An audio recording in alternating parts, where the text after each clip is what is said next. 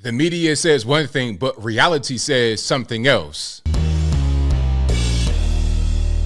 How's everybody doing? My name is Anthony Brian Logan, and today we got to talk about the very high cost of living that is increasing day after day after day.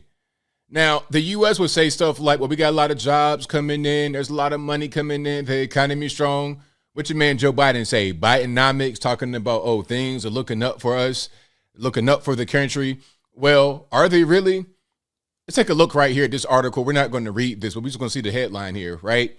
This is from June 2nd, so not long ago of this year, 2023. The headline says, the U.S. economy added 339,000 jobs last month, soaring past expectations again. So when you see things like this, when you read things like this, it makes you think that we're doing very well in the country. Jobs are all over the place. People have all kind of money. But is that really the case? I mean, a lot of these jobs are paying more. There's a lot of them. But how much are they paying really when you look at the actual cost of living?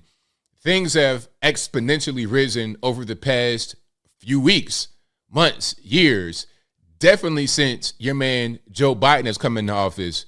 Okay, to keep printing and spending money, naturally you're going to have things that increase as a result. Now, before I continue, we have a video to watch. We're not going to see the entire thing, but we're going to get the general gist of it. This is from NBC News. And if you want to see this full thing, I will link to it in the box. If you want to see the article, same thing. If you're on IG, visit the link in the bio. Go to the corresponding article on the website. But without further ado, let's go ahead and roll it.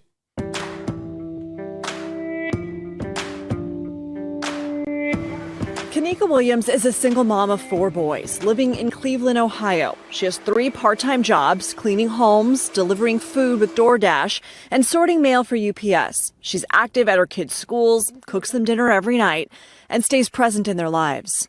Being around my kids, that's like the number one. So my kids motivate me.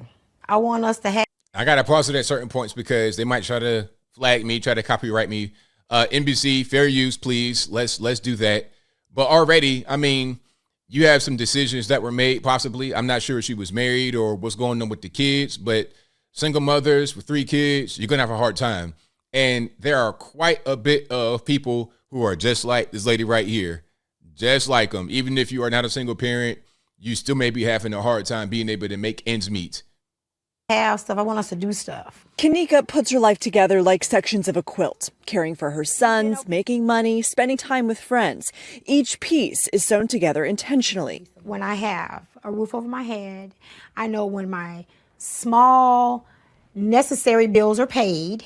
Necessary meaning lights, water, gas, insurance. Now, I'm going to say this. I'm glad she's working. There are a lot of people in America, black, white, Puerto Rican, Kenyan stripe, that have her same situation with all the kids and everything and refuse to work and just leech off the government. So I'm glad that she's working a lot and is at the same time trying to find balance in her life. Insurance, rent. I'm not talking about Netflix or any of those wanted things. Once I have those things taken care of, I have freedom. Kanika has a medical technician degree, and the rise of gig work has given people like Kanika some level of autonomy. But she reminisces about how things used to be for previous generations. Her mother, Brenda, just retired from her decades-long job as a janitor at an elementary school. I went to that school when I was in 1st grade. And that's where she's retiring from. So those 30-year jobs, those 40-year jobs... It's over. ...are gone for us unless we start right now. Between her gig work at $20 an hour and her UPS job at $16.50 an hour, both above Ohio minimum wage, she says she brings home roughly $1,500 a month. What is your definition of a living wage? That's a very good question because that's always gets thrown around. Oh, well, we got to get paid a living wage. How much does that pay? I mean, if she can get by on that amount of money per month, then that is a living wage, which is very low, $1,500. I mean, I'm not quite sure how she does it. We're going to see more. Being able to afford your bill, your monthly bills, being able to put a portion back for savings, And I think for me, in my household, if I was to make $3,500 a month. What would that extra money, what would that get you? That'll get all bills paid, a little bit in the bank, and maybe that oil change I might need it, you know? Union trouble. The debate over how much workers should get paid in America has a contentious history. It took decades of strikes, debates, and a Great Depression for Congress to pass a law in 1938 establishing a federal minimum wage. Minimum wage law has its roots in racism because black workers could undercut white workers, and a lot of times the black workers would get higher over the white workers. So to protect white jobs, they said, okay, let's have the federal minimum wage so you can't have the undercutting anymore. So if you are a contractor, whatever it is, and you want to hire people, you can only hire them at a certain level. So the black advantage was taken away.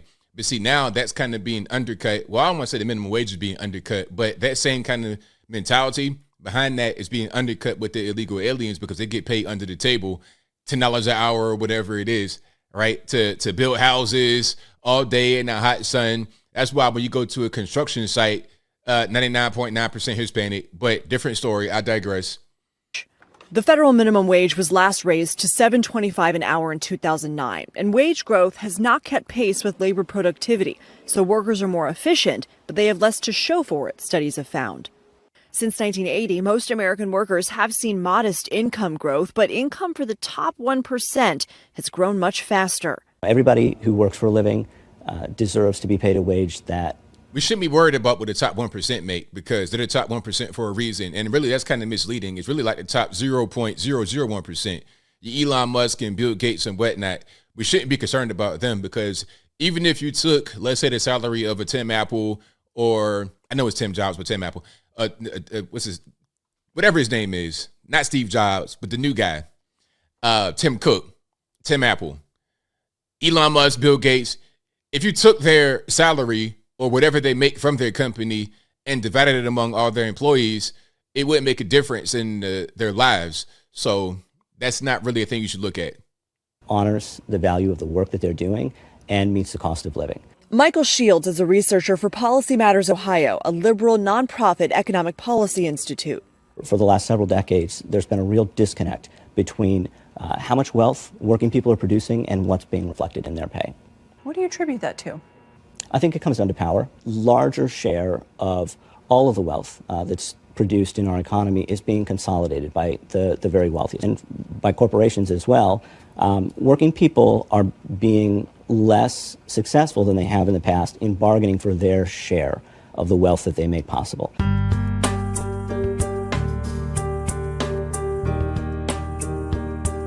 How'd you guys meet? Melbourne, are we going to Australia? What's going on? We met upstate New York. We were just friends at first. I actually told my friend I was working with that the guy who trained me was really cute, but too short for me. And then we made plans to hang out on a Saturday. And everyone... Okay, are we getting a love story? Like, what are we talking about exactly? Or maybe they're going to get into how they met and then what they do for a living and how much money they have and whatnot. All right, let's keep on rocking here and get beyond the 90-day fiance type situation. Everyone we were working was just like, is it a date? Is it a date? I think we got home at like 1, 2 in the morning. That's a good date. So you got over the height thing. Yeah. When Taylor and Maggie Mendez started a new life in Florida, things were bumpy. Maggie working overnights at Dunkin', making $11 an hour, which at the time was $1 above the state's minimum wage. Taylor was working a factory job and both DoorDashed on the side. We went through some hard times, but it built character and it made us a lot stronger than we were before. Then Taylor got a job, a teller at TD Bank in Melbourne, Florida. A group called Family Promise helped them with emergency shelter and meals and taught them how to budget. Taylor's... So is that a non-governmental organization? Not quite welfare, because it's probably not state run, could be state sponsored, but different story. New boss helped them find housing. And we got 2 kids. See what I'm saying? So it's like, all right, well, we're struggling with money, but we're going to have a whole family too. This is a lot of your normies. This is just what it is. So when people say, like I see some of these women that go on these YouTube shows and then they're asked, okay, how much money should your significant other make? And they say things like, $1 million, 500,000. It's like the average normie, the median is like 38.5 for a single male, $38,500 a year. And what you're seeing right now is a lot of your normies, this is how we're living. It is what it is. So, and when the media says certain things, this is more the reality of the common person. Once I got into banking, I knew that it was that the skies were the limit from there. But between his job, Maggie's overnight shift, and taking care of their two little ones, they never saw each other. Then their daughter got into a brand new school, but there's no bus. So Maggie quit her job to watch the kids and drive their daughter to and from school every day. Have a good day, sweetheart. You should always try to appreciate what you have, The prices of everything, of cars, of food, of housing. And when we got grain-laden sugar, that is not very good. We got to eat a little bit better. But look, aside from the diet choices and whatnot, when we keep printing and spending money to satisfy certain political goals, what we do is put people on the lower rungs of society in the worst situation because they have to pay for this stuff. When they go to the grocery store and the bill is 10% higher, 20, 30, 40% higher, it could be a problem. It could be a serious problem when you're dealing with real penny pinching to try and get by. Again, people say, you shouldn't have. This is the average kind of normie family, maybe a little bit below. They're not quite in like desperate poverty.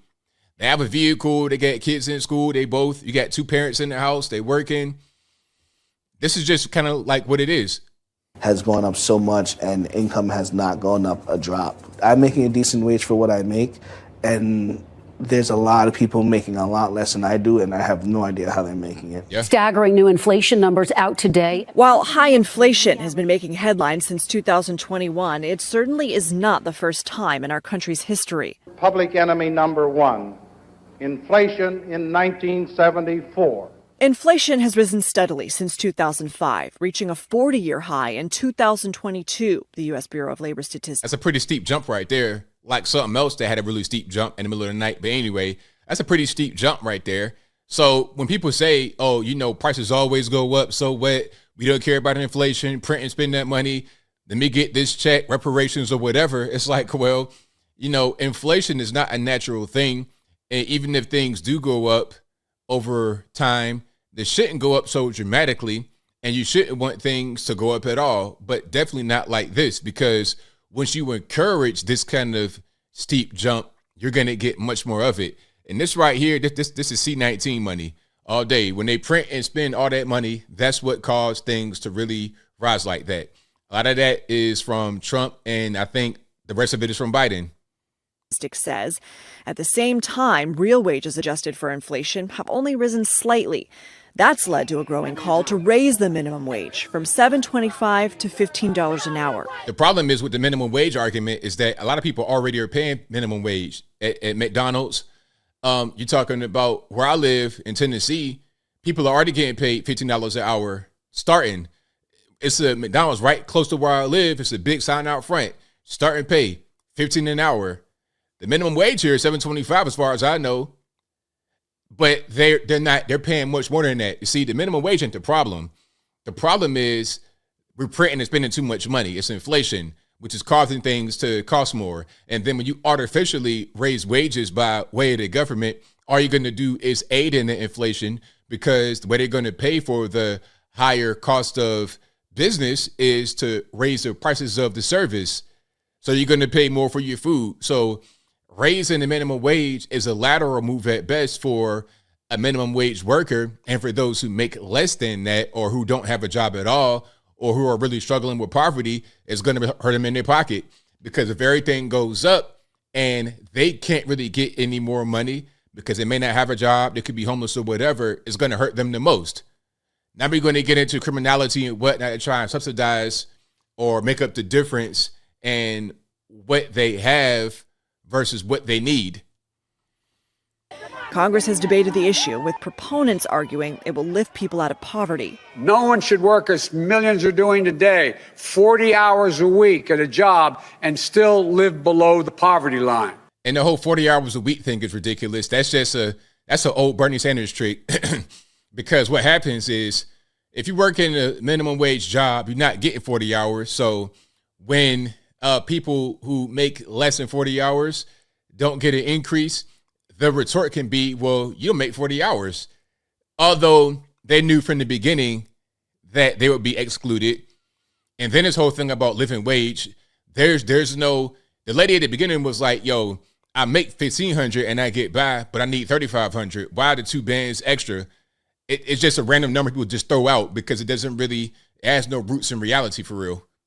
And critics saying it will cost jobs. If there is too much of an increase too rapidly, they will be forced to shrink their workforces. Yes. 30 states and 4 territories have already increased the minimum wage above federal law. New York is one of those states, and lawmakers have gone a step further, tying future increases to inflation.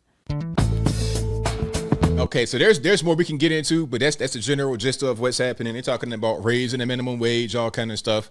I will link to the rest of this in the description box for you guys to go ahead and check out in full. This is about 11 minutes or so. We got through about 6.5.